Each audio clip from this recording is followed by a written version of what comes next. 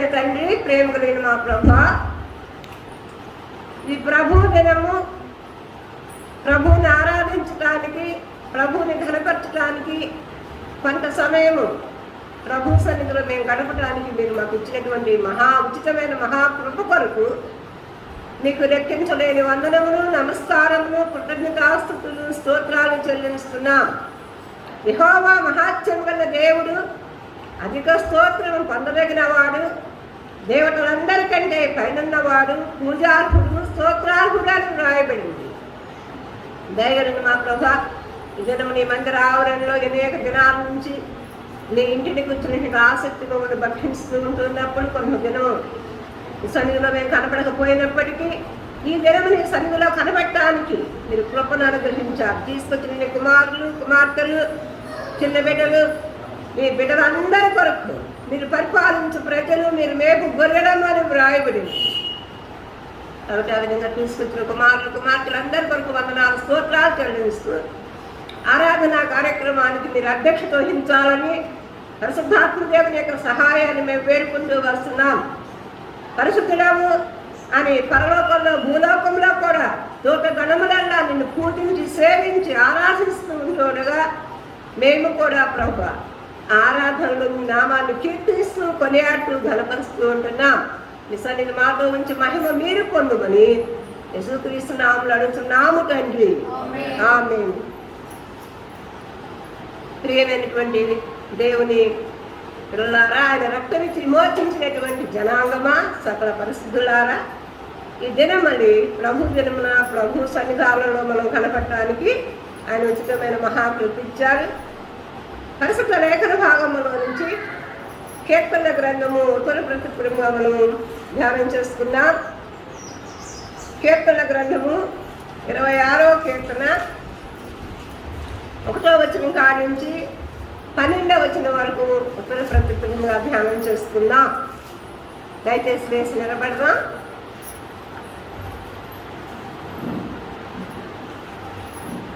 ఒకటో వచనం, యెహోవా నేను యథార్థవంతుడై ప్రవర్తించుచూ ఉన్నాను, నాకు తీర్పు తీర్చుము.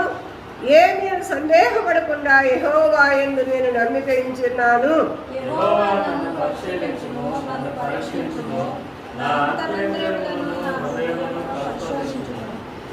నీ కృప నా కన్నులేక ఉంచుకొని ఉన్నాను, నీ సత్యమును అనుసరించి నడుచుకొని ఉన్నాను.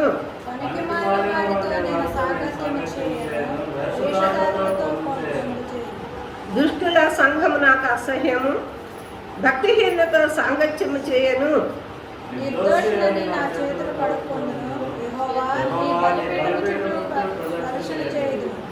అచ్చట కృతజ్ఞతాస్తుతులు చెల్లింపును, నీ ఆశ్చర్య కార్యములను వివరింతును.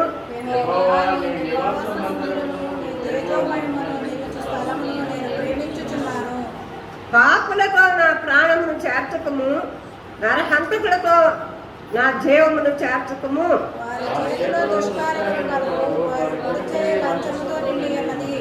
నేను యథార్థవంతుడై నడుచుకొని ఉన్నాను, నన్ను విమోచింపుము, నన్ను కరుణింపుము.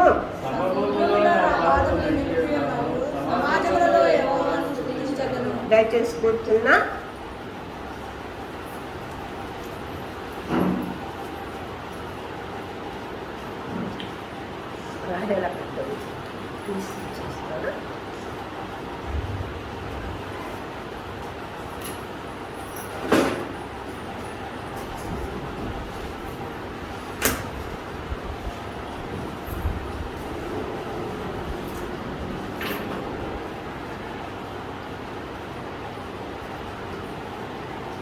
బ్రదర్ రండి.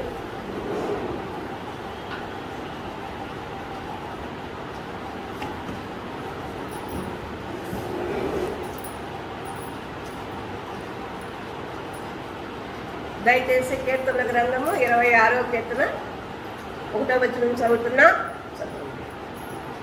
కీర్తన గ్రంథము 26వ అధ్యాయము 1వ వచనం చదువుతున్నాము. యెహోవా నేను యథార్థవంతుడనై ప్రవర్తిస్తున్నాను, నాకు తీర్పు తీర్చుము. ఏమేయో సందేహపడకుండా యెహోవా యందు నేను నమ్మిక ఉంచి ఉన్నాను. దయచేసి 2వ వచనం కూడా చూద్దాం. యెహోవా నన్ను పరిశీలించుము, నన్ను పరీక్షించుము, నా అంతరింద్రియములను నా హృదయమును పరిశోధించుము. దేవుని యొక్క పరిశుద్ధ లేఖన భాగంలో నుంచి భక్తుడైన దావీదు మంచి మనస్సాక్షి కలిగి ఉండాలని మనం మాట్లాడుతూ వస్తూ ఉంటాం. దేవుని ఏట మనుషుల ఏట కూడా. కాబట్టి నిర్మలమైనటువంటి మంచి మనస్సాక్షి కలిగి తన అంతరంగాన్ని దేవుని ఏట సరిచేసుకుని చక్కదిద్దుకున్నట్టుగా కింద కీర్తనలో మనం చూస్తూ ఉంటాం. ఇప్పుడైతే ఆ 25వ కీర్తనలో 24వ కీర్తనలో ఆ మాటలు చూస్తాం. ఎప్పుడు కూడా భక్తుడు తన జీవితంలో ముందు సరిచేసుకుంటూ వస్తున్నాడు. అనేక సార్లు మనం దారి తల్లిపోయినప్పుడు, పొరపాట్లు చేసినప్పుడు వాటిని ఒప్పుకొని విడిచిపెట్టి సరిచేసుకున్నప్పుడు క్షమాభిక్ష ఆయన దగ్గర దొరుకుతుంది. నీ దగ్గర బాబు కృపా క్షమాపణ దొరుకుతుంది. కాబట్టి నేనే మంచిదాన్ని అనుకోకూడదు, నేనే మంచివాడిని అనుకోకూడదు. ఆయన పరిస్థితులను కనుక మనం చూస్తే ఈరోజు క్యాలెండర్లో కూడా వాక్యం యెషయా గ్రంథం 6వ అధ్యాయంలోనే ఉంది. దూత గణములల్లో ఆయన్ని గడప కమ్ములు పునాదులు కదిలిపోతాన్ని పరిశుద్ధుడు పరిశుద్ధుడు పరిశుద్ధుడు అని ఆరాధన గానమును కీర్తించటము కొనియాడటము చూస్తాం. కాబట్టి ఆయన పరిస్థితి చేయట, ఆయన వెలుగేట, ఆయన మహిమేట చూస్తే రక్తముతో మన చేతులు పాపముతో అసహ్యమైనవిగా కనిపిస్తూ ఉంటాయి. అందుకనే ఎప్పుడైతే ఆ విధంగా మనం కడుక్కొని శుద్ధీకరించుకొని పరిశుద్ధపరచుకొని పవిత్రపరచుకొని ఆయన ఘనపరుస్తూ ఉంటాం. లేకపోయినప్పుడు ఆ యొక్క ప్రత్యక్షత లేనటువంటి ప్రజలు నేనే మంచిదాన్ని అనుకుంటా ఉంటారు, నేనే మంచివాడిని అనుకుంటా ఉంటారు. అంతరంగంలో శుద్ధీకరణ ఉండదు. కాబట్టి ఆ విధంగా అజ్ఞానంలో విర్రవీగే వారుగా ఉంటారని పరిశుద్ధ లేఖనాలు తెలియజేస్తూ ఉండాలి. కాబట్టి జ్ఞానం ఏం చేస్తుందంటే నాకు ఏమీ తెలియదు, నేను ఎంతో నేర్చుకోవాలి, కాబట్టి ఈ పొరపాట్లన్నీ నేను చేశాను, చక్కదిద్దుకోవాలి అని. పిల్లలకు పరీక్షలు పెట్టేది కూడా అంతే. అంతా చదివేశాము అనుకుంటే ఎందుకు పాస్ అవ్వట్లేదు? కాబట్టి ఆ పరీక్షల వలన వాడు పాస్ అయ్యారో, ఎన్ని మార్కులు వచ్చినాయో, జ్ఞానం ఎంతవరకు సంపాదించుకున్నారో తెలుసుకోవటం కోసం మనం కూడా అంతే. ఆ జ్ఞాన వివేకములు కలిగినటువంటి ఆత్మను ప్రభు మనకు అనుగ్రహిస్తారు. కాబట్టి అట్లాంటప్పుడు ప్రభు దగ్గరికి వెళ్ళినప్పుడు నిర్మలమైన మంచి మనస్సాక్షి మన అంతరంగంలో మనము ఆయన సన్నిధానంలోకి వెళ్ళినప్పుడు ధైర్యంగా మాట్లాడగలుగుతాం. ఏమైనా పొరపాట్లు, చిన్న తప్పిదాలు, మరి ఆయనకు లోబడినటువంటి స్థితి, వివేకమైనటువంటి స్థితి ఉంటే చక్కదిద్దుకొని సరిచేసుకుని ఆయన పాదముల చెంతకు మనం వెళ్ళినప్పుడు ఆయన మహిమను, ఆయన ప్రసన్నతను, ఆయన యొక్క దీవెనను మనం పొందుకుంటామని పరిశుద్ధ లేఖనాలు తెలియజేస్తూ వస్తాయి. కాబట్టి 26వ కీర్తనలో 2వ వచనం కూడా అదే మాట వ్రాయబడింది. తర్వాత మనం చూస్తే 3వ వచనం కూడా చదువుతాం. నీ కృప నా కన్నుల ఎదుట నుంచుకొని ఉన్నాను, నీ సత్యమును అనుసరించి నడుచుకుంటున్నాను. కాబట్టి కృప ద్వారానే మనం రక్షించబడ్డాం, కృప ద్వారానే మనం విమోచించబడ్డాం. మన క్రియల వలన ఇది కలిగినది కానే కాదు. కాబట్టి మన ఎడల ఆయన కృప, కనికరము, జాలి, దయాన్ని బట్టి పాపము నుండి, శాపము నుండి, నరకము నుండి, అగ్ని గంధకాల నుంచి మనం విడిపించిన వాడిగా ఉంటున్నాడు ప్రభు యేసుక్రీస్తు. ఆయన కృప వలన, ప్రేమాస్వరూపమైనటువంటి ఆయన దయా వాత్సల్యతల వలన ఆ విషయాలన్నీ భక్తులైన దావీదు తెలుసుకొని నీ కృప నా కన్నులేట ఉంచుకొని ఉన్నాను. ఎప్పుడైతే నీ కన్నులేట ఆ శిలువను, ఆ బలియాగాన్ని ఉంచుకుంటా ఉంటావో, ఎంత గొప్ప బలియాగం చేశాడు. లోక పాపమును మోసుకొని పోవచ్చు ఉన్న దేవుని గొర్రె పిల్ల అని వ్రాయబడి ఉంటుంది. నువ్వు తప్పిపోకుండా ఉంటావు, విరవేయకుండా ఉంటావు, అతిశయించకుండా ఉంటావు. సిరివేను తప్పితే దేని ఎందు నేను అతిశయించలేని భక్తుడైనటువంటి పౌలు చెప్తూ ఉంటాడు. ఇంకా అనేక మంది భక్తులు సిరివే నాకు శరణాయను అంటారు. కాబట్టి అనేక సార్లు దారి తొలగిపోయినప్పుడల్లా అదిగో నా పాప శిక్ష ఆయన భరిస్తూ వచ్చాడు. అప్పుడు ఎన్నో పొరపాట్లు, ఎన్నో తప్పుదారు, ఎన్నో చెడు ఆలోచనలు, వాటన్నిటి విషయంలో ఆయన సన్నిధానంలోకి వచ్చినప్పుడల్లా చక్కదిద్ది క్రీస్తు చేసినప్పుడు సమరూపంగా మన తీర్చిదిద్దుతాడని రాత్రి కూడా మేము పరిశుద్ధ లేఖన భాగంలో ప్రార్థనలో నేర్చుకుంటూ వచ్చాం. ఆయన సమరూపానికి మనం తీర్చిదిద్దాలి అంటే చెక్కబడుతూ ఉండాలి. శిల్పి చేతిలో శిలను నేను అని వ్రాయబడింది. ఏ మాత్రము చెక్కబట్టడానికి ఇష్టపడకపోతే ఒక మూర్ఖత్వంతో, ఒక మొండితనంతో ఉన్నటువంటి రాయి వలె ఉంటుంది.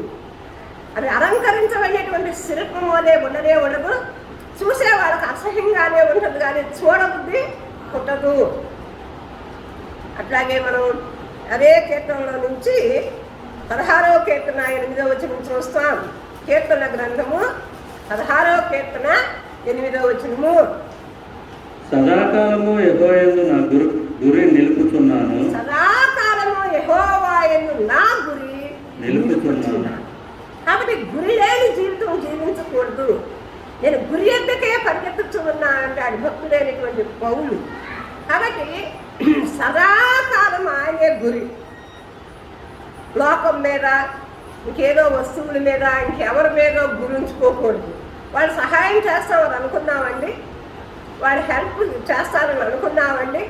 కాబట్టి అప్పుడు నిరుత్సాహపడి కృంగిపోయి ఏమండి అవమానాలు పాలయ్యి అట్లా చాలాసార్లు వివాహాల విషయాల్లో వాళ్ళు చెప్తూ ఉంటారు.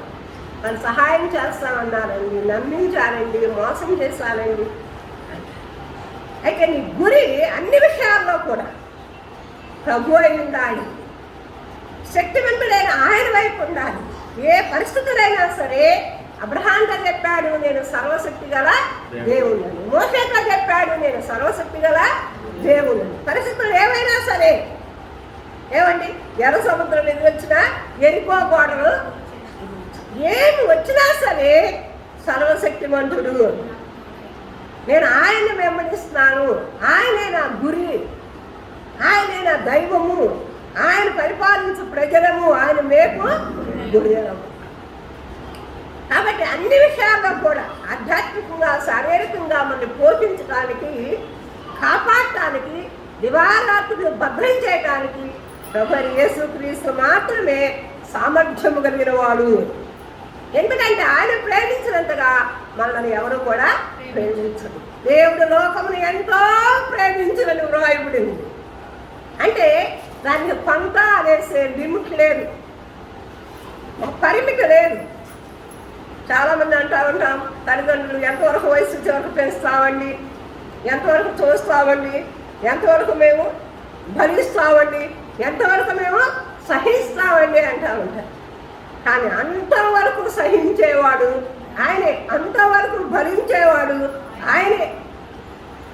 అట్లాగే పరిస్థితులు లేఖన భాగంలో మనం చూస్తే 17వ కీర్తన 3వ వచనంలో కూడా, కీర్తన గ్రంథము 17వ అధ్యాయం 3వ వచనం చదువుతామని. రాత్రి వేళ నీవు నన్ను దర్శించి నా హృదయమును పరిశీలించితివి, నన్ను పరిశోధించితివి, నీకు ఏ దురాలోచన కానరాలేదు.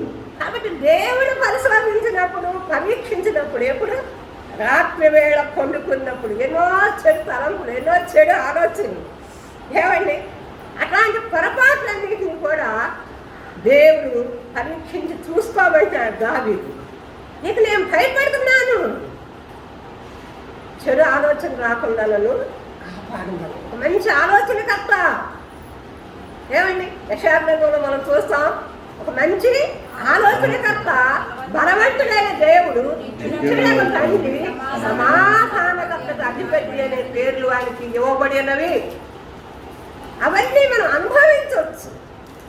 ఒక తల్లిదండ్రుల యొక్క ఆస్తి, ఒక తల్లిదండ్రుల యొక్క స్వాస్థ్యము పిల్లలు ఎట్లా అనుభవిస్తారో ఆ పరమ తండ్రి యొక్క కృపను బట్టి ఈ ఆస్తి అంతటిని, ఈ స్వాస్థ్యం అంతటిని నువ్వు అనుభవించవచ్చు. అది నువ్వు ఎరగాలి. అసలు నీకు ఆస్తి ఉందని తెలిస్తేగా, ఏమండి నీకు ఆస్తి ఉందని తెలిస్తే ఇది నాది, ఇది నాది, నా పేరు మీద రాయి, ఇది నాది అని అడుగుతాం. అసలు నీకు ఆస్తి ఉందనే తెలీదు, ఏమండి తన స్వాస్థ్యమంతా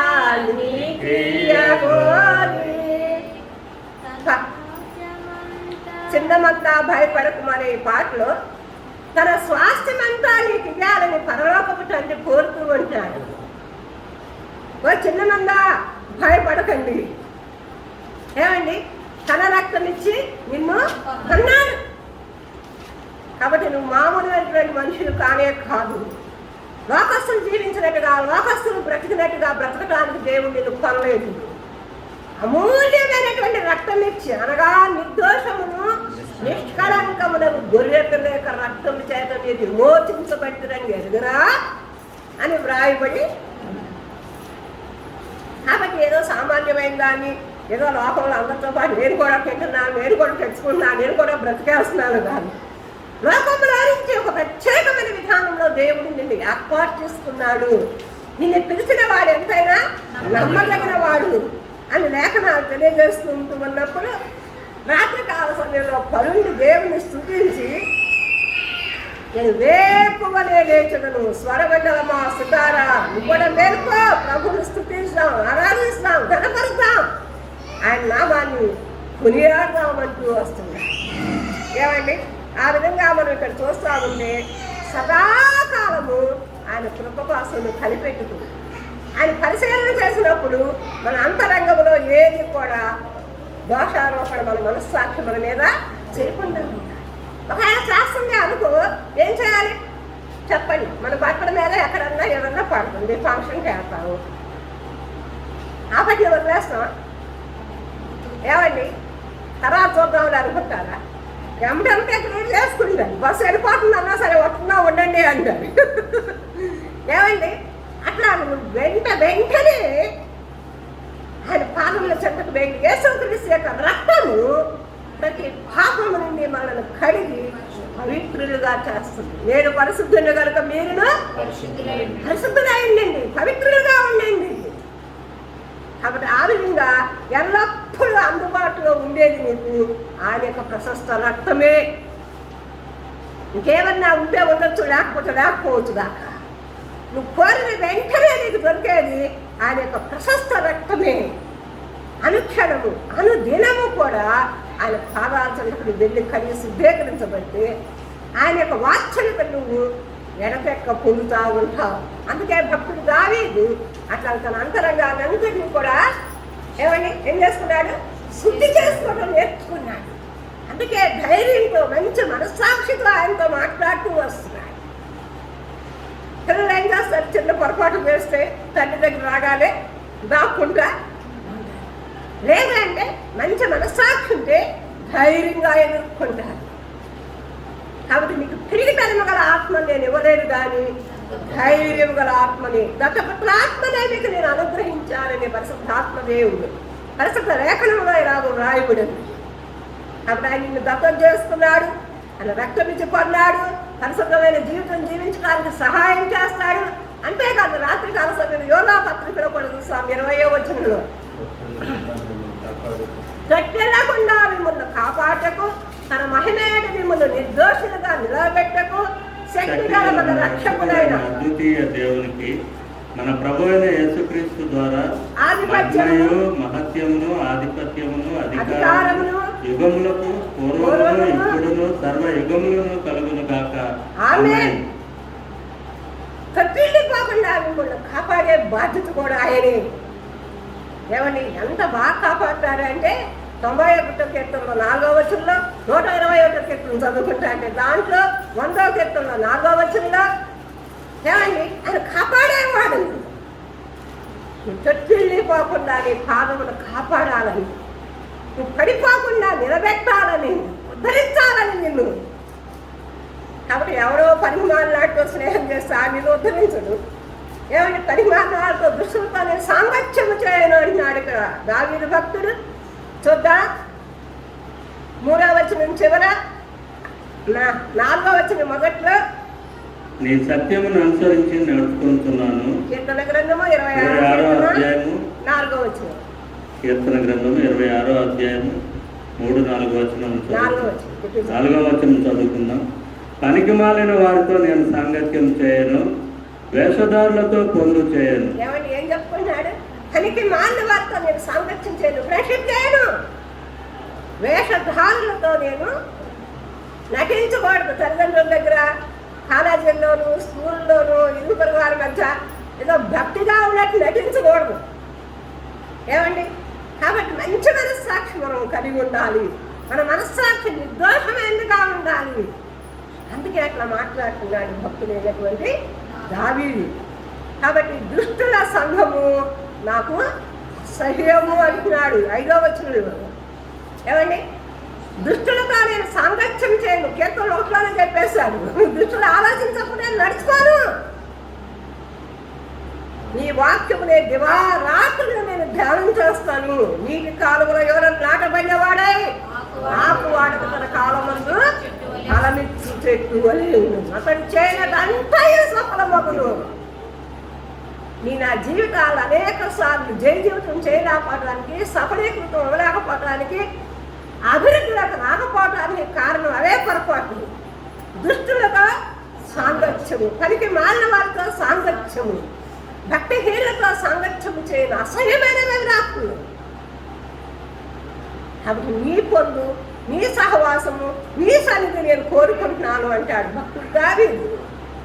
నీ నా జీవితాల్లో అట్లా మనం నేర్చుకుంటూ వస్తే, పిల్లలకు కనుక కీర్తనలు ఇట్లా నేర్చుకుంటూ వస్తే బ్రతికి పెద్దవాడే గొప్పవారు అవుతారు. రోజుకు ఒక కీర్తన చదువుకోవాలని చాలు, రోజుకు కీర్తన గట్టిగా చదవమని ఇంట్లో చాలు, వాడు గొప్పవారు అవుతాడు. ఇక్కడ చూస్తాం 5వ వచనంలో, నిర్దోషులని నా చేతులు చేతులు కడుక్కుంటారట. పిలాతు కూడానండి యేసు ప్రభు తీర్పు తీర్చేటప్పుడు జనమోక దుష్టులందరూ కలిసి సిలువ వేలి అని కేకలు వేస్తే ఆ పిలాతు అంటాడు, ఇదిగో ఈ నిర్దోషి యొక్క రక్తము, ఈ నీతిమంతుని యొక్క రక్తము నేను ఆ దోషం ఉంచుకోను, నాకెందుకు నేను చేతులు కడిగేసుకుంటున్నాను. ఏమండి, ఆ భార్య కౌరు పెట్టింది, ఆ నీతిమంతుని జోలికి నువ్వు పోవద్దు అని. పిల్లలకు చెప్పాలా, దుష్టులతో సహవాసం నీకు తగదు అని, ఆ పనికి మాలిన వారితో నీకు సహవాసం తగదు అని నేర్పిస్తూ రావాలి. అప్పుడు భరించి అభివృద్ధి పొంది అద్భుతమైనటువంటి దీవెనాశీర్వాదాలు పొందుకుంటూ వస్తారు. ఇక్కడ మనం వస్తా ఆ విధంగా భక్తులు నేర్చుకుంటూ రావడాన్ని బట్టి నిజంగా అన్ని విషయాల్లో అత్యధికమైనటువంటి యుద్ధాలు చేసి జయాన్ని పొందుకున్నాడు. ఎక్కడ ఓటమి లేదు దావీదు జీవితంలో. ఓడిపోవడానికి కారణం ఏంటి అంటే దేవుని సన్నిధి, దేవుని పొందు ఎంతో ధన్యకరమైంది. దొరకదు. నువ్వు వెళ్ళి ఎత్తుక్కుంటా ఉంటే నన్ను జాగ్రత్తగా వెతుకునే వాళ్ళకి నేను దొరుకుతాను, నన్ను జాగ్రత్తగా వెతుకునే వాళ్ళు కనుగొంటాడు నన్ను. కాబట్టి నువ్వు శ్రద్ధాభక్తులు గలవాడిపై అనే సన్నిధిని ఎత్తుక్కుంటూ రావాలి. అప్పుడు దొరుకుతుంది ఆయన సన్నిధి, ఆయన మహిమ, ఆయన ప్రసన్నతని నువ్వు కనుగొంటావు. అప్పుడు నీ వెలుగు, నీ బ్రతుకు మంచిదిగా, సంతోషకరమైనదిగా, ఆనందకరమైనటువంటి జీవితాన్ని నువ్వు జీవిస్తావు. చూస్తాం 26వ కీర్తనలోనే 4-5 వచనాలు మనం ధ్యానం చేశాం. కాబట్టి 6వ వచనంలో కృతజ్ఞతల గురించి చెప్తూ వస్తున్నాడు. నిర్దోషులని నా చేతులు కడుక్కొందును, యెహోవా నీ బలిపీఠం చుట్టూ ప్రదక్షిణం చేయుదును, అతట కృతజ్ఞతాస్తుతులు చెల్లించును, 6-7 వచనాల్లో మనం చూస్తే నీ ఆశ్చర్య కార్యములను వివరించును, నీ బలిపీఠం చుట్టూ నేను ప్రదక్షిణము చేయుదును. అనేక మంది అన్ని జనాంగాన్ని చూస్తే దేవాలయాల చుట్టూ ప్రదక్షిణాలు చేస్తారు, చన్నీరు పోసుకుంటారు, కాలువల్లో ఋతుగారు స్నానం చేసి తెల్లవారుజాము 4 గంటలకి 5 గంటలకి ఏమండి 100 సార్లు తిరిగే ప్రదక్షిణం చేస్తారు, 1000 సార్లు తిరిగే ప్రదక్షిణం చేస్తారు, 10 సార్లు తిరిగే ప్రదక్షిణం చేస్తారు గుడి చుట్టూ. వాళ్ళతో పాటు ఆవులు కూడా తిప్పుతారు. ఏమండి, కాబట్టి ఇంటి యజమాని, ఇంటిలో ఉన్నటువంటి భార్య పిల్లలను తీసుకొని ఏం చేయాలి? గుడి చుట్టూ నువ్వు ప్రదక్షిణము చేయాలి. బలిపీఠం చుట్టూ నేను ప్రదక్షిణము చేస్తాను అంటున్నాడు. ఈ బలిపీఠం దేనికి అంటే అదిగో ప్రభు అని యేసు క్రీస్తుని అర్పణగా అర్పించేశారు. ఒకే ఒక బలి, ఒకే ఒకసారి, మరి ఇంకోసారి లేకుండా తండ్రితో సమాధానపరచుటకు, విరోధులమైన మన కొరకు, శత్రువులమైన మన కొరకు తండ్రితో సమాధానపరచుకుంటకు ఆ గొర్రెపిల్ల యొక్క రక్తము, ఆ గొర్రెపిల్ల యొక్క బలి పశువులు వధించబడింది. అందుకే బలిపీఠం చుట్టూ ప్రదక్షిణము చేస్తాను. అచ్చటే కృతజ్ఞతాస్తుతులు. కాబట్టి ఎక్కడో కృతజ్ఞతాస్తుతులు చెల్లిస్తారు కొంతమంది. ఎక్కడ సెల్ ఫోన్లోనో, టీవీల్లోనో, ఇంటికాడో, డైనింగ్ హాల్లోనో, రోడ్ల మీద, ఇంకెక్కడో స్నేహితులతో, దృష్టితో నేను కూడా ప్రజలాడు చెప్పానండి అంటారు. కొంతమంది ప్రజలాడు చెప్పాను, తిరిగి ప్రజలాడు చెప్పండి. ఎక్కడ అండి? ఎక్కడ పడితే అక్కడ కనపట్టే ప్రజలు చెప్పలేదండి అని. నువ్వు కృతజ్ఞతాస్తుతులు చెల్లించవలసిన దేవుని మందిరాలను విడిచిపెట్టి దేవుని మందిరాన్ని నిర్లక్ష్యం చేసి ఏమండి దేవుని ఇంటిని గురించిన ఆసక్తిని వదిలివేసుకుని ఎక్కడో ప్రజలాడండి. ఎవరికి అసలు ప్రజలాడండి అర్థం ఏంటి? ఏమండి కృతజ్ఞతాస్తుతులు చెల్లించ బదులమై ఉంటున్నాం. ఆయన నీ కొరకు నా కొరకు చేసినటువంటి ఆ బలియాగం బ్రతికించినందుకు, మరణ పాత్రలాంటి నా కొరకు ఆయన బలి అయిపోయినందుకు తండ్రి నీకు కృతజ్ఞతాస్తుతులు చెల్లిస్తూ వస్తున్నా అంటాడు. కీర్తనల గ్రంథము 84వ కీర్తన 3వ వచనం మనం చూస్తాం. కీర్తన గ్రంథము 84వ అధ్యాయం 3వ వచనం. సైన్యములకు అధిపతి యెహోవా, నా రాజా, నా దేవ, నీ బలిపీఠం వద్దనే పిచ్చుకలకు నివాసం దొరికిను. ఏమండి పిచ్చుకలకు నివాసం దొరికిందంట. నేను ఒక పిచ్చుక లాంటి దాన్ని.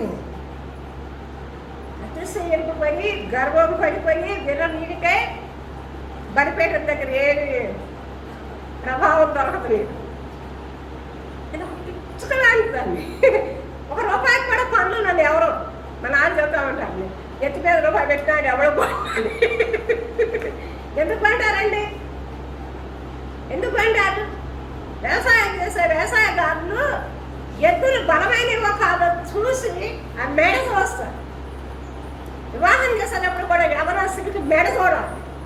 వాడు కాడి మోస్తాడా లేదా కుటుంబాన్ని, తెల్లగా ఉన్నాడా, పొడుగ్గా ఉన్నాడా, అందంగా ఉన్నాడా అని చూడకూడదు. వ్యవసాయదారుడు ఎద్దును కొనేటప్పుడు మెడ మోస్తాడు. ఇది పనిచేస్తుందా పనిచేయదా కాడి మోసి? ఎందుకంటే అట్లా అల్పమైనదిగా. అమ్మో ఏమండి యేసు ప్రభువే పని చేశారు. తన తువాలు తీసుకున్నారు, చెంబుని నీరు తీసుకున్నారు, శిష్యుల పాదాలు కడిగారు, తల వంచారు, మెడ వంచారు, ఏమండి నడుము కూడా వంచారు. వంచారంటారా లేదంటారా? తల వంచారు, మెడ వంచారు, నడుము వంచారు, తగ్గించుకున్నారు, కాళ్ళు కడిగారు. నేను ఎట్లా చేశానో మీరు కూడా అట్లాగే చేయండి అని చెప్పారు. నేను పరిచర్య చేయించుకోవడానికి రాలేదు కాదు, పరిచర్య చేయడానికి వచ్చాను. ఐఎమ్ ఫాలోయింగ్ మీ. నన్ను మీరు నా వెనబడి రండి, నేను మిమ్మల్ని మనుషులు పట్టే జాలరులుగా చేస్తాను. నువ్వు ఆయన వెంబడి పెడితే ఆయన ఏం చేశాడో నువ్వు నేర్చుకుంటా వస్తే దైవికమైనటువంటి శక్తి, జ్ఞాన వేగములు కలిగిన ఆత్మతో గొప్ప అభిషేకం ఉంటుంది. నేను అభిషేకించిన వారిని ఎవరిని కూడా ఎవరు ముట్టుకోవడానికి వీల్లేదు అంటాడు. ఏమండి ఆయన అభిషేకించిన వారిని అంటే ఎవరు కూడా ముట్టకూడదు అంటారంట. రాజులకు ఆజ్ఞాపిస్తూ ఉంటాడు. అందుకే దావీదు సౌలు ముట్టుకోలేదు. ఏమండి శత్రుడు దొరికినాక ఎందుకు ముట్టుకోలేదు అంటాడు. దేవుడు అభిషేకించిన వారిని ముట్టకూడదని వ్రాయబడిన లేఖనాలు తెలుసు దావీదుకి. మనం ఏం నేర్పిస్తున్నాం మన పిల్లలకి, ఆడపిల్లలైనా మగ పిల్లలైనా. వివాహం చేసేటప్పుడు పాలిష్ కొట్టే కొంతమంది పిల్లలు ఎట్లా ఉంటారో సమయాత్మకంగా ఉంటాను చూస్తూ ఉంటారు. చేతి గోడని కాళ్ళ వేడని చూస్తూ ఉంటే వీళ్ళు పనిచేస్తారా పనిచేయరా? నిద్రపోతులుగా ఉంటారా, తిండిపోతులుగా ఉంటారా, టీవీలు చూస్తారా, సెల్ ఫోన్లు చూస్తారా? మన ఈ మధ్య నేను 10 days అవుతుంది ఒక ఇంటికి మధ్యాహ్నం 2 గంటలప్పుడు దర్శించడానికంటే తండ్రి తాగేసి గుమ్మానికి ఎదురుగా పడుకున్నాడు. ఆ పక్కన 4-7 ఉంటుంది ఆ బెడ్. మన గొరియాత పడుకున్నట్టు పడుకున్నట్టు అడుగుకోవడం. ఇంకా చూశాను బయట దారి లేదు ఇంట్లోకి. నిట్ట మధ్యాహ్నం 2 గంటలప్పుడు నేను నడుచుకుని ఇక్కడి నుంచి అక్కడ బయటే నిద్ర పట్టను, తిండి పట్టను. నా చిన్నప్పుడు మా ఊరిలో ఒకడు సౌరపోతారు సినిమా తీశారు. ఆ సౌరపోతారు సినిమా తీయటం ద్వారా ఏమైపోయింది అనుకుంటారు? 20 ఎకరాల ఆస్తి కరిగిపోయింది. ఏమి నేర్చుకుంటున్నారు ప్రజలు, ఏమి నేర్పించాలనుకుంటున్నారు ప్రజలు పిల్లలకు? భక్తుడైన దావీదు నేను పెందల కళ్ళే లభిస్తాను, నేను వేకువనే లభిస్తాను. యేసు ప్రభువుకి పెందల కళ్ళే వేసే అలవాటు ఉంది. దేవాది దేవుని యొక్క కుమారుడు ఆయన పరలోకపు నుంచి భూమి మీదకి వచ్చినప్పుడు మరి అమ్మ కొడుకో బాబు కాసేపు నువ్వు దేవాది దేవుడుము రాజులకు రాజుము నువ్వు కాసేపు పడుతాయ్యా ఇప్పుడే ఎందుకు తెలుస్తావు అంతా వాళ్ళకు తప్పన ఆయన ఉదయవల కొండకు వెళ్ళాడు రాత్రంతా ప్రార్థించాడు ఆయన పెందల కన్నే లేచాడని మనం చూస్తాం నిర్గమాకాండంలో కూడా మనం చూస్తే 34వ అధ్యాయం 2వ వచనంలో నిర్గమాకాండము పరిశుద్ధ లేఖన భాగంలో నుంచి 2వ వచనం చూస్తే ఇక్కడ కూడా ఇతడు కూడా ఫరో కుమార్తె దగ్గర రాజైకి అనుభవించాడు ఉదయమునకు నీవు సిద్ధపడి ఉదయమునకే నువ్వు సిద్ధపడి ఉదయమున సీనాయి కొండ ఎక్కి ఉదయం నేను సీనాయి కొండ ఎక్కాలి అక్కడ శిఖరం మీద నా సన్నిధి నిలిచి ఉండవలను శిఖరము మీద నా సన్నిధిలో నిలిచి ఉండవలను ఈ లేఖనాలు నేర్పింది మరియమ్మ తల్లి యేసు ప్రభువుకి నీవు నీ కుమారులకు నీ కుమార్తెలకు ఏమి నేర్పిస్తున్నా దివానా దెక్కొండా మంచం దెక్కొండా ఎక్కడెక్కారండి మోషే ఎక్కడెక్కాడు కొండ శిఖరం మీద కలుసుకున్నాడు దేవుణ్ణి మరలా చదువుదా గట్టిగా 34వ అధ్యాయము నిర్గమాకాండం 34వ అధ్యాయము 2వ వచనం ఉదయమునకు నీవు సిద్ధపడి ఉదయానికే సిద్ధపడుతుండాలి ఉదయమునే లెగవాలి నేను అని ఉదయమున సీనాయి కొండ ఎక్కి అక్కడ శిఖరం మీద నా సన్నిధిని నిలిచి ఉండవలను శిఖరము మీద నిలిచి ఉండాలి మంచం లేకుండా మంచం మీద కాదు నిలిచి ఉండవలసింది నడవాలి ఏమండి యేసుతో నేను నడుస్తాను నడుచును శిష్యులు నడిచి వెళ్ళారు ఏకాంతంగా కొండ మీదకి ప్రార్థించడానికి వెళ్ళారు పిల్లల్ని పొద్దున్నే లేక నడవటానికి నేర్పించాలి ప్రార్థించడానికి నేర్పించాలి నచ్చమేలే ప్రార్థన చేసుకుంటాడు ఒక్కొక్కరు ఆడపిల్లలని మగ పిల్లలని ఏమండి కొండ శిఖరానికి ఉదయాన్నే లేచి వెళ్ళాలంటే ఎన్నింటికి వేసుకుంటారో మీరు ఆలోచించండి ఉదయం అంటే ఎన్నింటికి 9కా మరి మధ్య ఒక సహోదరు ఫోన్ చేసి చెప్పింది హైదరాబాద్లో బస్సు వెళ్ళిపోతుందని వాళ్ళ తండ్రిలో తాతగారు స్కూటర్ మీద బస్సు వెనకాల కంటే ఎక్కిస్తారంటే పిల్లలు అప్పుడు దాకా ఏం చేస్తారో మరి తెలియదు నాకు ఏమండి బస్సు ఇంటికి వచ్చినాక చెప్తారట అప్పుడు తయారు చేయించి క్యారియర్ తగ్గి బస్సు వెనకాల స్కూటర్ వేసుకుని పంపిస్తారంట బస్సు డ్రైవర్ నాపమని ఎంత గొప్పవాడు వాళ్ళు చందన కంటే వేసిన వాడికి దైవాస్తులు బాబాలు ఉంటాయి ఏమండి బద్ధకస్తుడికి సామరపోతికి ఏముంటుంది కష్టించి పనిచేసేవాడు ఐశ్వర్యవంతురాడు ఏమండి నిద్రమాతాం కొంచెం నిద్రమాతాం అనేవాడు దరిద్రుడు అవుతాడు లేఖనాలు ఈ గొప్ప గొప్ప వాడందరూ మోసే ఏంటి ఏరియా ఏంటి ఎలీషా ఏంటి సమూయేలు ఏంటి ఈ భక్తులందరి జీవితంలో చూస్తే వారు చందన కంటే బిర్యానీ పెట్ట ఇంకేదో అతను వాడు ఎందుకు తెలుస్తాడు నేను ఎన్నోసార్లు నేను సహవాసాలు చెప్తూ వస్తాను ప్రతి బుధవారం నైట్ ఉపవాస ప్రార్థనకు వంట చేయొద్దు అని ప్రతి శనివారం రాత్రి ఉపవాస ప్రార్థనకు వంట చేయొద్దు అని చెప్తాను తల్లికి ఎన్నోసార్లు స్పెషల్ బిర్యానీ శనివారం రాత్రి స్పెషల్ బిర్యానీ బుధవారం రాత్రి వాడు ఎందుకు తెలుస్తాడు మరి మధ్య ఒక ఆయన నాకు తండ్రి వచ్చి ఫిర్యాదు చేశారు అంగన్వాడీ స్కూల్ నుంచి పాల ప్యాకెట్ వస్తుందండి మావి అది అమ్మేదానికి బుద్ధి లేదు కొనేదానికి దీనికి బుద్ధి లేదు ఆయన లేపడాన్ని పెళ్లి చేస్తున్నట్టు పెళ్లి గోల గోల నా దగ్గరికి వచ్చి ఏమండి ఎంత ఇవ్వాలి ఒక 50 లక్షలు ఇవ్వాలని దొంగిలించుకో నేర్పిస్తా అంగన్వాడీ స్కూల్లో ఉన్నటువంటి పిల్లలు అనాథలుగా ఉన్నవారు దిక్కుమాలిన వారు పేదరికంగా ఉన్నవారు తాగవలసిన పాలు వీడు ప్రాణి మొత్తుగా ఉంటాడు తిండిపాటుగా తయారవుతాడు బద్దకస్తులుగా తయారవుతాడు తండ్రి గొడవ మరి లేపదు అసలు తండ్రి లేకపోతే ఏంటి తండ్రి ఏమండి 3 సంవత్సరాల పిల్లలు ఎంటైనా పిల్లలు స్కూల్కి వెళ్తారు కానీ తల్లిదండ్రులు లేకుండా ఇక్కడ లేపలా ఫోన్లు చదువుతూ ఉంటాయి కొంతమంది వేళల్లో టీవీలు చదువుతూ ఉంటాయి అక్కాడేళ్ళు అయినా లేరు దేవుని యొక్క పరిశుద్ధ లేఖన భాగంలో నుంచి మనం 50వ కీర్తన 14లో వచ్చింది 50వ కీర్తన 14లో వచ్చింది కీర్తన గ్రంథము 50వ అధ్యాయం 14గా వచ్చింది దేవునికి స్తుతి యాగం చేయము, మహోన్నతుడికి నీ మొక్కుబళ్ళు చెల్లించుము. దేవునికి స్తుతి యాగం చేయడం నేర్పించాలి. చాక్లెట్ ఇస్తే ప్రైజ్ గారు చెప్పడం నేర్పిస్తాం. స్నేహితులతో పక్కానికి ఏదేదో ఎవరో నేర్పిస్తాం. కానీ దేవునికి స్తుతి యాగం చేయటము నువ్వు నేర్పించాలని లేఖన భాగాలు తెలియజేస్తాను. 9వ కీర్తన 1వ వచనం, కీర్తన గ్రంథం 9వ కీర్తన 1వ వచనం. నా పూర్ణ హృదయంతో నేను యెహోవాను స్తుతించెదను. ఎక్కడంటే అండి ఇప్పుడే పాడారు పిల్లలు, చాలా బాగా పాడారు. పూర్ణ హృదయంతో యెహోవాను స్తుతిస్తాను, కీర్తిస్తాను, కొనియాడతాను, ఘనపరుస్తాను అని. పూర్ణ హృదయంతో. ఒక పక్కన టీవీ పెట్టుకుంటారు, ఒక పక్కన సెల్ ఫోన్ చూస్తూ ఉంటారు, ఒక పక్కన ఏదో ప్రార్థన. నేను 2 సంవత్సరాలు ఏంటంటే సేవకులతో సహా సెల్ ఫోన్లు తీసి పక్కన పెట్టేయని చెప్తూ వచ్చినాను.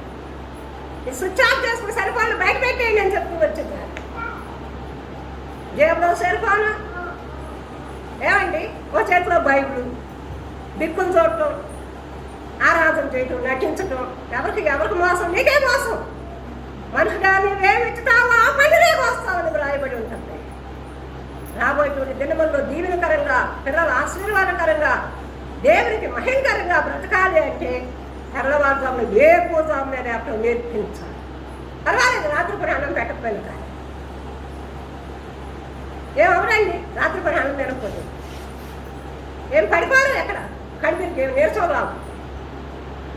అసలు మానవుడు 1 పూట ఆహారం తిని 3 పూటల స్నానం చేయాలి. మనం 3 పొద్దులు కాదు, రోజుకి 5 పొద్దులు తింటాం. అందుకే బద్ధకము, సోమరిపోతనము, నిద్రపోతనము, పిండిపోతనం ఎక్కువైపోయి కృతజ్ఞత స్థితి అంతరంగంలో నుంచి బయటికి రాదు. అది చేసిన ఉపకారాలన్నీ మర్చిపోతాం ప్రతి క్షణము కూడా. అందుకే భక్తుడు అంటాడు 69వ కీర్తన 30వ వచనం, 69వ కీర్తన 30వ వచనంలో చూస్తాం.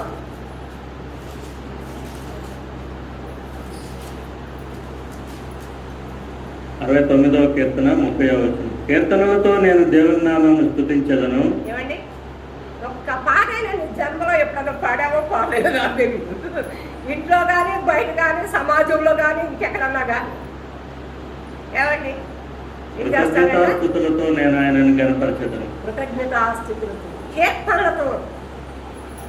ఏమండి, తెలుగులోనో ఇంగ్లీష్లోనో నీకు ఏ భాష ఉంటే ఆ భాషలో నీకు ఎట్లా వస్తే అట్లా ఆయన నామాన్ని అంతరంగంలో నుంచి కృతజ్ఞతాస్తుతి బయలుదేరాలి లోపల నుంచి. కరెంట్ని పట్టుకుని చూస్తే ఏమవుతుందండి, పట్టుకుని చూసినా తెలుస్తుంది. కరెంటు వైర్లు పట్టుకుని చూసినా తెలుస్తుందండి. Power power wonder working power అని ఉండదు.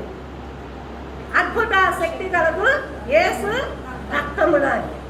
ఎవడైనా నిన్ను తాకితే చాలు, నీకితే చాలు. ఆ స్వరమండలము, సితారాల ఆ చెట్లు కట్టి తీసి పాడారని ఉంటుంది. ఒకసారి పాడండి అని అంటారు, మళ్ళీ ఒకసారి పాడండి. సంజయ్ గారి పిల్లలు ఒకరోజు డైరీ హాస్పిటల్లో పెద్ద ఫంక్షన్ అయితే స్కూల్లో 2,000 మంది మళ్ళీ పాడండి అని అడిగారంట. ఎవరు వస్తున్నారు, మళ్ళీ పాటించండి అన్నారు. అట్లా అడగాలి నువ్వు. ఇంట్లో వాడు కానీ, బయట వాడు కానీ, నువ్వు ఎక్కడైతే ప్రయాణం కొనసాగిస్తున్నావో నీ జీవిత యాత్రలో, ఆఫీసులో కానీ, ఇరుగు పొరుగు వారి మధ్య కానీ, సొసైటీలో కానీ కొత్త గీతం దేవుడు నా నోట ఉంచాడు. నువ్వు ఆయన గురించి పాడటానికి సిగ్గుపడ్డావు, నువ్వు నిన్ను గురించి ఆయన ఎక్కువగా సిగ్గుపడ్డాడు. నువ్వు అనుకుంటావు నాకు సెల్ ఫోన్ ఉంది 50,000, పర్వాలేదు నేను సెల్ ఫోన్కే చూసుకుంటానని బ్రతుకుతావంట. నువ్వు ఆయన గురించి పాడటానికి సిగ్గుపడితే ఇక్కడ మైకెత్తే పాడతానని కాదు. నువ్వు నీ ఇంట్లో పాడు, పక్కవాడు వినపడినట్టు పాడు, వీధిలో పాడు, నీ స్నేహితుల మధ్య పాడు, నీ ఆఫీసులో పాడు. నేను నోరు తెరిస్తే నేను నింపుతాను అంటాడు దేవుడు. దేనితో నింపుతాడు? దేనితో నింపుతాడు? కొండ తేలితో నేను నిన్ను తృప్తిపరుస్తాను, మంచి భోజనంతో నేను తృప్తిపరుస్తాను. పరిశుద్ధ లేఖన భాగంలో నుంచి మరణావరం చూస్తే 95వ కీర్తన 2వ వచనం. 95వ కీర్తన 2వ వచనం. 95వ కీర్తన 2వ వచనం. కృతజ్ఞతాస్తుతులతో ఆయన సన్నిధికి వచ్చేదము, కీర్తనలు పాడుతూ ఆయన పేరిట సంతోషగానము చేయదము. కీర్తనలు పాడు ఏపండి ప్రార్థన రాగాలి జనానికి 2 నెలలు అయిపోయింది సెలవులు, ఇంకా సెలవులు తీరలేదట. ఏమండి 2 నెలల నుంచి సెలవులు ఇంకా తీరలేదు. కాబట్టి కీర్తనలతో ఆడతాను, కృతజ్ఞతాస్తుతులతో ఆయన నామాన్ని గొప్ప చేస్తాను. అందుకని ఆయన సన్నిధిలో కనపడాలని, ఆనందపడాలని, ఆనంద ప్రవాహంలో ప్రార్థింప చేయాలని పాడితే మధుర మధురము అని ఉద్యోగ కీర్తనలో పాట పుస్తకంలో మధురము ఎంత మధురము, యేసు నామము అంటే మధురం. ఏమండి ఎందుకు నీకు సరిపడలేక బాధపెట్టి దేవుని నామాన్ని ఘనపరిచినప్పుడు అపవాది నిన్ను వాడుకుంటాడు. అపవాది నిన్ను వాడుకుంటాడండి. యేసు ప్రభు రక్తం ఇచ్చి పడినప్పుడు అపవాదితో చెప్పాలి, నీతో నాకేం పడలేదు. మళ్ళీ పిలుస్తాడు నమ్మని, నీతో నాకు పడలేదు. ఆయన రక్తం ఇచ్చి నన్ను పన్నాడు. విమోచించబడిన ప్రతి వ్యక్తి ఆ మాట చెప్పాలండి. సరిపోలేవు దేవుడా, నేను పోషిస్తాడా, నేను కాపాడుతాడా, నేను భద్రం చేస్తాడా? ఎంత సిగ్గుకరమైన విషయం. ఈనాడు ప్రజలకు సరిపోలంటే చాలు, దేవుడు అక్కర్లేదు. ఈనాడు లేఖన భాగాల నుంచి 2 కొరింథీయులకు రాసిన పత్రిక 6వ అధ్యాయము, 2 కొరింథీయులకు రాసిన పత్రిక ఎవరు నిద్రపోతున్నారో మరి తెలియదు, చదవలేకపోతున్నారు.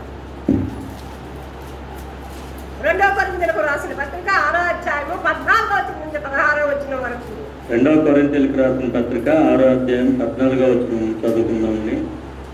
మీరు అవిశ్వాసులతో జోడీగా ఉండకూడి, మీరు అవిశ్వాసులతో జోడీగా ఉండకూడదు. నీతికి దుర్నీతితో ఏమి సాంగత్యము? అది మా ఫ్రెండ్, అది మా ఫ్రెండ్, అది మా చుట్టూ. వెలుగునకు చీకటితో ఏమి పొత్తు? దుర్నీతితో ఏంటి సాంగత్యం? స్నేహం. బెస్ట్ ఫ్రెండ్ అంటాడు ఒకటి వచ్చి, బెస్ట్ ఫ్రెండ్ అంటుంది ఇంకొకటి వచ్చి. ఏమండి అసలు మంచి స్నేహితుడు ఎవరు చెప్పండి? మంచి స్నేహితుడు ఎవరు? నీకోసం ప్రాణం పెట్టింది ఆయన ఒక్కడే. నీ ప్రాణాల ఆఖరి దశ వరకు ఠీకేసి పెట్టింది అపవాదు. ఎప్పుడు మృంగుదమాలి గర్జించు సింహం వలె ఎదురు చూస్తూ ఉంటుంది అని ఉంటుంది లేఖన పాపము. పర్వాలేదు అనుకో, పర్వాలేదు అనుకో. ఇక్కడ లేఖన భాగాల్లో నుంచి మనం చూస్తే 16వ వచనం వరకు, క్రీస్తునకు బెలయాలతో ఏమి సంబంధము? క్రీస్తునకు బెలయాలతో ఏమి సంబంధము? అవిశ్వాసితో విశ్వాసికి పాలెక్కడిది? అవిశ్వాసికి విశ్వాసితో పాలెక్కడిది? దేవుని ఆలయమునకు విగ్రహములతో ఏమి పొందిక?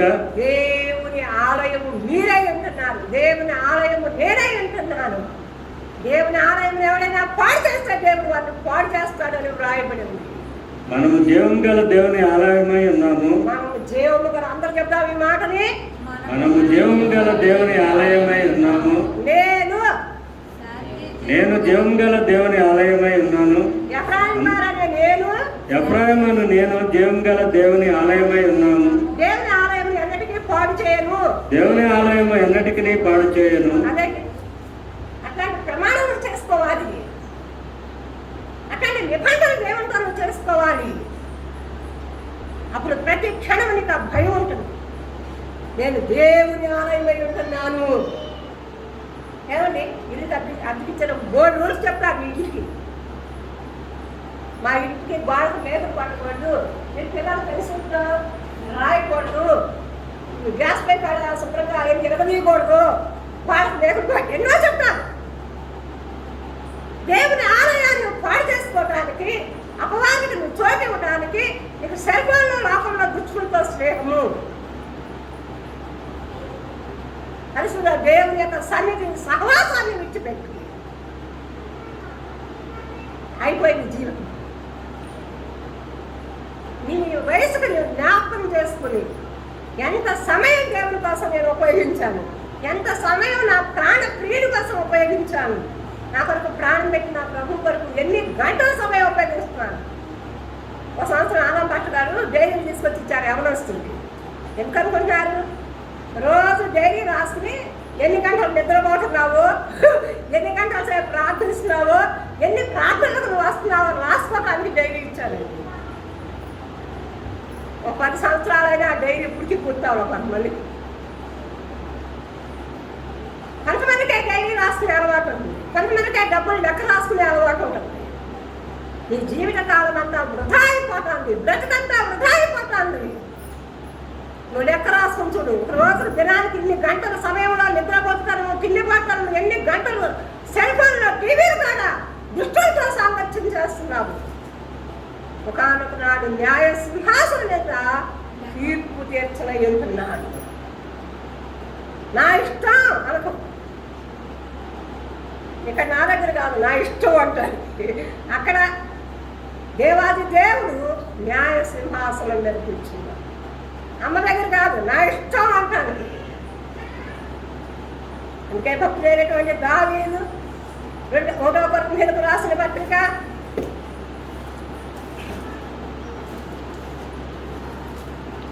13వ అధ్యాయము 13వ వచనం.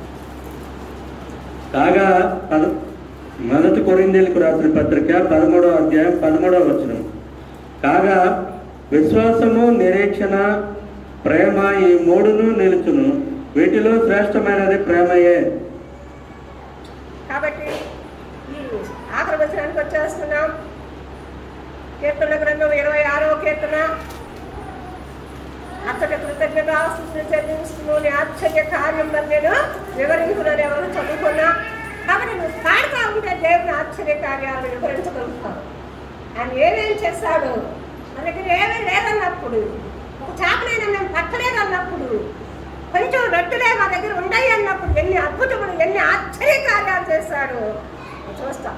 103వ కీర్తన, 104వ కీర్తన, 105వ కీర్తన, 106వ కీర్తన, 107వ కీర్తన గారు చదువుకుంటే మీకు కావాలంటే చూడండి. 103వ కీర్తనలో నా ప్రాణమా యెహోవాను సన్నిధించుము, కంఠస్థ పిల్లలకి.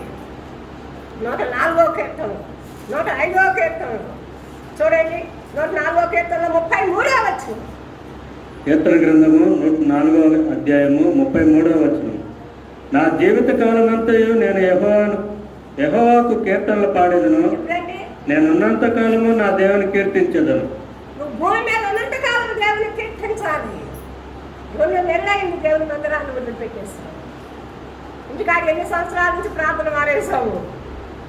ఎంత సమయం దేవుని సన్నిధిలో నువ్వు గడుపుతున్నావు, ఎంత సమయం వాహనంతో గడుపుతున్నావు, టీవీతో గడుపుతున్నావు, సెల్ ఫోన్లతో గడుపుతున్నావు, దుష్టులతో సాంగత్యం చేస్తున్నావు, టైం అంతా వెయిట్ చేస్తున్నావు, బ్రతుకంతా వ్యర్థమే. 105వ కీర్తన 1వ వచనం కానించి 4వ వచనం. కీర్తన గ్రంథము 105వ అధ్యాయము 1వ వచనం నుండి 4వ వచనం వరకు చదువుకుందాం. యెహోవాకు కృతజ్ఞతాస్తుతులు చెల్లించుడి, ఆయన నామమును ప్రకటన చేయుడి, జనములలో ఆయన కార్యములను తెలియజేయుడి. ఎక్కడ మందిరానికి వస్తే నా కన్నా తాళం చెప్తే, నా కన్నా సెల్ ఫోన్ ఇస్తే, నా కన్నా ఏమంటారు బైక్ ఇస్తే ఎక్కడ చెప్పాలి చెప్పండి. మరి చదవండి గట్టిగా. జనములలో ఆయన కార్యములను తెలియజేయుడి. ఎక్కడంటే జనములలో ఆయన కార్యములను తెలియజేయుడు. నేను పూజించుతున్న దేవుడు, నేను సేవించుతున్న దేవుడు, నేను ఆరాధించుతున్న దేవుడు ఆశ్చర్య కార్యాలు చేసేవాడు. ఆయనను గూర్చి పాడుడి, ఆయనను కీర్తించుడి. ఆయన గూర్చి పాడుడి. ఏమండి చెప్పలేను బాబోయ్, చెప్పి చేస్తాడు. ఏమండి ఎన్నో అద్భుతాలు, ఆశ్చర్యమైనటువంటి కార్యాలు. ఎవరు పాడు ఎప్పుడు పాటిద్దామని చెప్పాలి. ఈ మధ్య రాజు గారు నాతో మాట్లాడుతున్నారు, రెండో విషయం మాట్లాడుతూ ఏమండి సెల్ ఫోన్లో ఫ్రెండ్ చాలా సీరియస్గా మాట్లాడతాను. అమ్మా అమ్మా 3-4 సార్లు పిలిచారంట, ఇక పిలవడం మానేశారంట. 1-2 నెలల వరకు. ఏంటండి అంటే తన ఫ్రెండ్తో సీరియస్గా మాట్లాడుతానంట సెల్ ఫోన్. తండ్రి పిలిచిన, తండ్రి పలకరించిన లెక్కలేస్తాను. ప్రభు అయిన యేసుక్రీస్తు నిన్ను 10 సార్లు పిలుస్తున్నాడు. ప్రియమైన సంఘమా, ప్రియమైనటువంటి దేవుని బిడ్డలాగా ఏమని ప్రియుని స్వరము మధురము, ముఖము మనోహరము అని వ్రాయింది. ఎప్పుడైనా నీ బ్రతుకులు ఆయన స్వరం ఇక్కడ నేర్చుకుంటే ఆయన సన్నిధిని అనుభవించడం నేర్చుకుంటే తప్పిపోకుండా ఉంటాం. కాబట్టి ఇక్కడ పరిశుద్ధ లేఖన భాగంలో 107వ కీర్తన 106లో కూడా ఉన్నాయి. 107వ కీర్తన 18వ వచనం కాడ నుంచి 21వ వచనం వరకు చదివి ముగించుకుందాం. కీర్తన గ్రంథము 107వ అధ్యాయం 18వ వచనం 18వ వచనం నుండి 21వ వచనం వరకు చదువుకుందాము. ఇంగ్లీష్ లో చదవండి ఎవరైనా. 107వ కీర్తన 18వ వచనం నుంచి 21వ వచనం. Their soul abroad all manner of meat, and they draw near unto the gates of death. Then they cry unto the Lord in their trouble, and He saved them out of their distress. He sent His word and healed them, and delivered them from their destructions. భోజన 107వ కీర్తన గ్రంథము 18వ వచనం నుండి 21వ వచనం వరకు చదువుకున్నాము. భోజన పదార్థములన్నీ వారి ప్రాణమునకు అసహ్యమగును, వారు మరణ ద్వారములను సమీపించుదురు.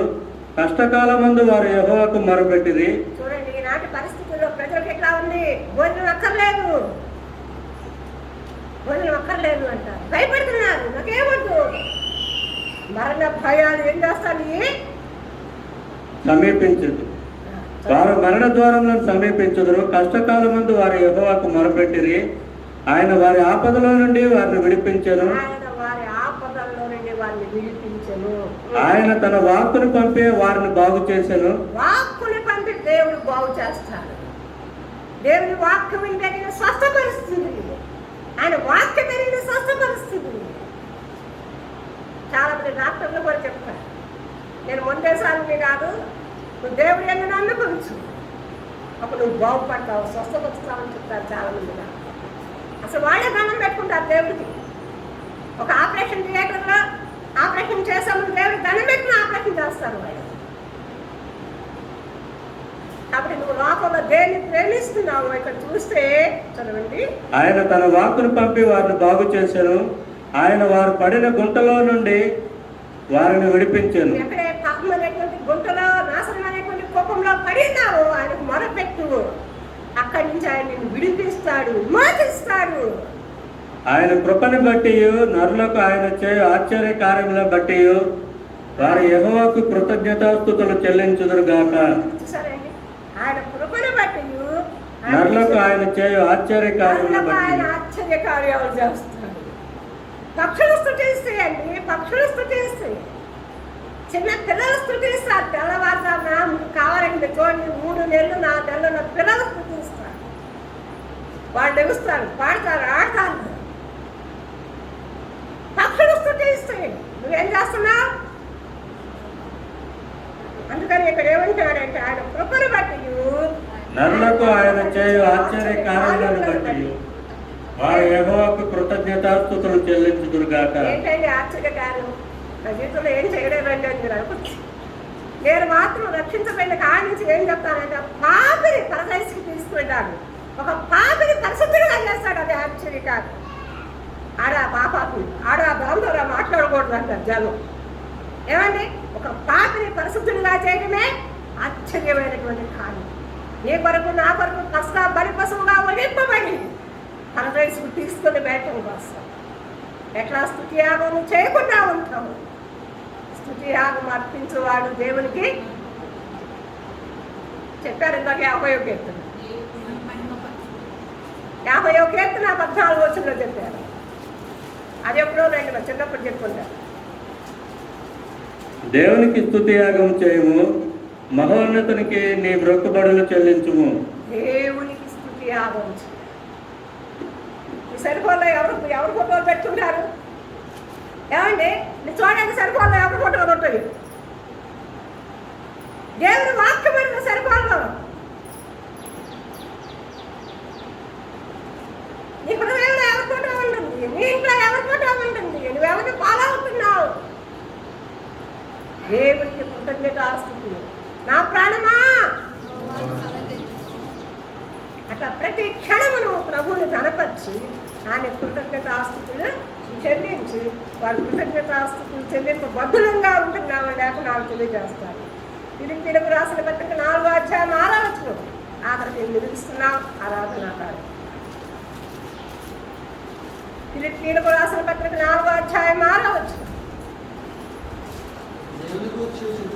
దేనిని గూర్చి చింతపడుకుడి గాని ప్రతి విషయంలోనూ ప్రార్థన విజ్ఞాపనల చేత విషయములోను ప్రార్థన విజ్ఞాపనల చేత కృతజ్ఞతాపూర్వకంగా మీ విన్నపములు దేవునికి తెలియజేయడి. మీ విన్నపములు దేవునికి తెలియజేయడి. నువ్వేం చెప్పాలనుకుంటావు ఫ్రీగా ఆయనతో చెప్పు.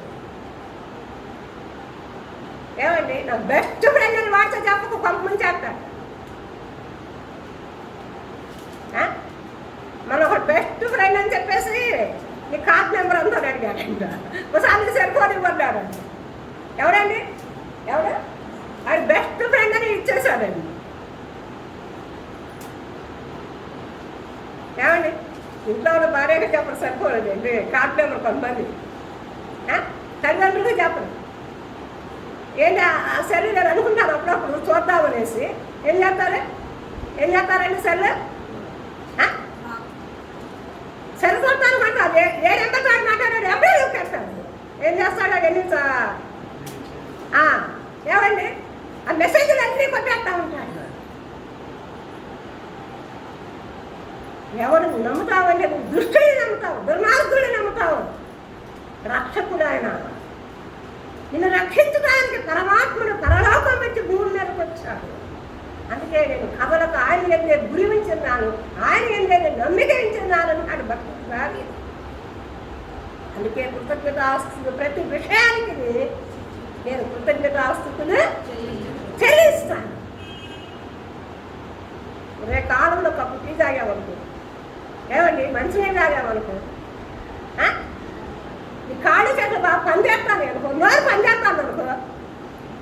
మనీ వచ్చి ఎవరు ఫోన్ చేసి నాతో చెప్పారు, నోరు పడిపోయింది, ఒక చేయి పడిపోయింది. మరి ఏం చేయాలి అంటే అక్కడ స్టాండ్కి తీసుకెళ్తున్నారు. 30,000 అయిపోయినాయి. ఏమండి, స్తుతించకపోతే దేవుడు చెప్తాడా? దేవుడి మీద కదా నేరం పాపాల్సింది.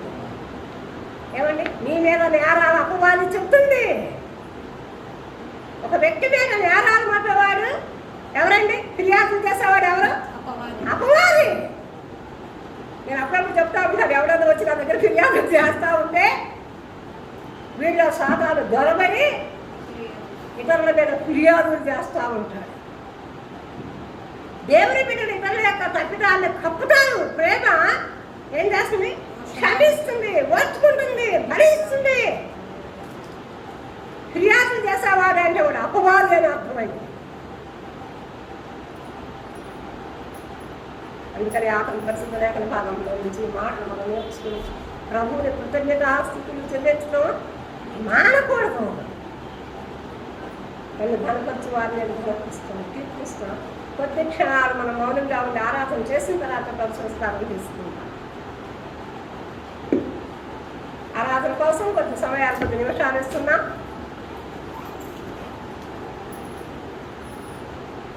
టైం అంటే చూడక్కర్లేదు. ఈ కళ్ళు మూసుకుని ఆరాధన చేస్తే ఒక వచనం పాటే నోరు తెలిసి కీర్తిస్తే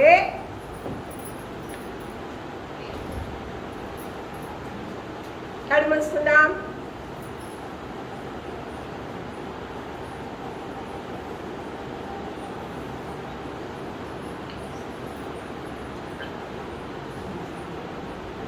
ఎట్లు మౌనముగా నుండి ప్రభు చెల్లింపక స్తోత్రగీతము కాలమంతా పాడుతుండేగా నీ ప్రేమ అపరమైనది. కాలమంతా పాడుతుండేగా నీ ప్రేమ అపరమైనది.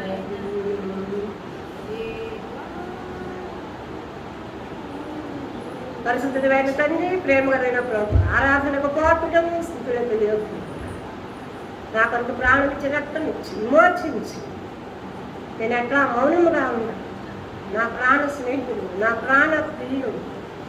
కాబట్టి బలిపీఠం దగ్గర ఒక పిచ్చుక లాంటి దాన్ని. అందుకే నాకు బలిపీఠం దగ్గర నివాసం దొరికింది. బలిపీఠం చుట్టూ ప్రదక్షిణ చేస్తూ కృతజ్ఞతాస్తుతులు నేను చెల్లిస్తూ వస్తున్నాను. మీరు చేసిన సకల మేలు ఉపకారముల కొరకు వ్యక్తిగతంగా, కుటుంబంగా, అతన్ని ప్రజలందరి కొరకు నీ ప్రాణం ఇచ్చి రక్తం ఇచ్చి విమోచించాడు కనుక ఆయన నువ్వే ఆరాధనకు పాత్రుడు. తల వంచి నమస్కారం చేస్తున్నావు. రక్షణ పాత్రను ఎత్తుకొని విపత్తి నా స్థుతి ఆరాధన యేసుక్రీస్తు నామములో సమర్పిస్తున్నాను తండ్రి.